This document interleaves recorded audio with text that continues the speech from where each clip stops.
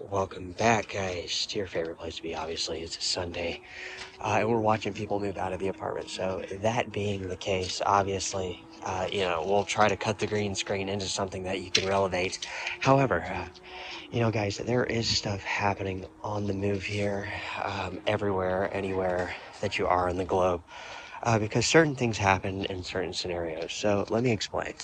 So, certain scenarios produce different instances of basically instances of different money, wealth generation, liquidity pools, not only just with crypto and the exchanges and wealth management and hedge funds and things like this, but also out in the free world, obviously, is what people call it, the matrix, right? So there is that, guys, obviously, and taking a Friday night stroll is obviously just the tip of the iceberg, but you could wonder and you could postulate.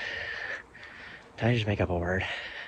You could postulate that there could be instances where money generation is quite apparent, and that money generation obviously creates different realities for different people, right? And then when those realities come impending doom, it's cycled into a vector where there are a few select people that receive payment. So, what does this entail? Obviously, well, it entails two different mindsets. It includes two mindsets, one mindset being a mindset that, how do we say this? There's a perception of wealth, however, the perception of wealth is only vindicated by an actual, or validated, not vindicated. No, it's validated.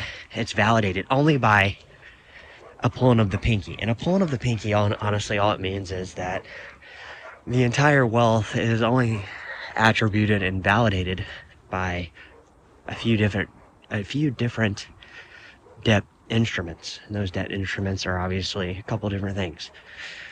We don't have to go over them here on the channel, right? It's a few different things. One could assume it's a basket of goods, a car payment, a mortgage payment. Perceptions of wealth past those payments. So there's those couple different things. And then there's the second. The second obviously being something that is relevant only in the existence of it's debted but debt-free. And I don't know if that, how to exactly perpetuate that in a sense, but it would basically be there's viable cash available, plus the issue of, how do I say this? There's debt, however, the debt that exists is, it's typical debt that's being forgiven on the internet through school loans and a couple other different things. So, moving past that, guys, what happens in these debt scenarios where there's different instances and different propagations of reality is there's those two groups, okay? There's the poor and the non-poor. And what happens, guys, is a lot of times in these cycles is they will find a way or ways to continue. Really, it's just a continuation of perceptive home values that don't really exist. So let me explain. So you can look at various different, how do I say this, present day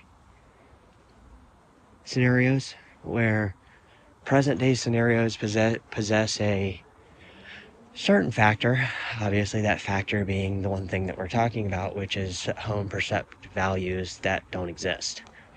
So you can find this very frequently down in developing countries that are, a classic example, right? The second would be Venezuela, right? Venezuela is a place where you can buy homes for, $5,000, $8,000, $9,000. If you go into the $30,000-$40,000 range, you can be in the most high, you can be in the most exquisite, private, Kung Julio communities there are, right?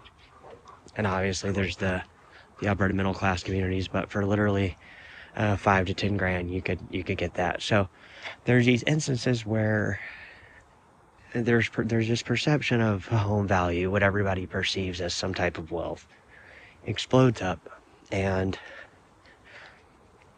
the people that really own that wealth aren't really established in those debt instruments. That's what we're trying to talk about here on the channel, is they're established in those debt instruments. What they're actually established in is, well, it's a variety of different things. I would say some things are probably assets that have the ability to convert to liquid cash as quick as possible, right? There's those assets, and then there's also the asset of, 2 to 5 day out liquid positions or quicker, right? So these groups, guys, they obviously exist in parallel. They're obviously happening at the same time. So one could assume that this parallel could only exist without the symbiotic relationship of the other paradigm existing. So there's two vectors, right? There's two vectors in. One vector is, somebody asked me what a vector is, and I'll just say it's your ability to establish a position in an amount of time, to become liquid in a position where you need to use it, right? So there's that. So secondly, there is the constant other, right? That constant other obviously is producing, it's producing enough liquidity where you can move in and out while gathering, right? You're moving in and out of the perpetuative state of actually moving ahead in some type of generation of wealth, right?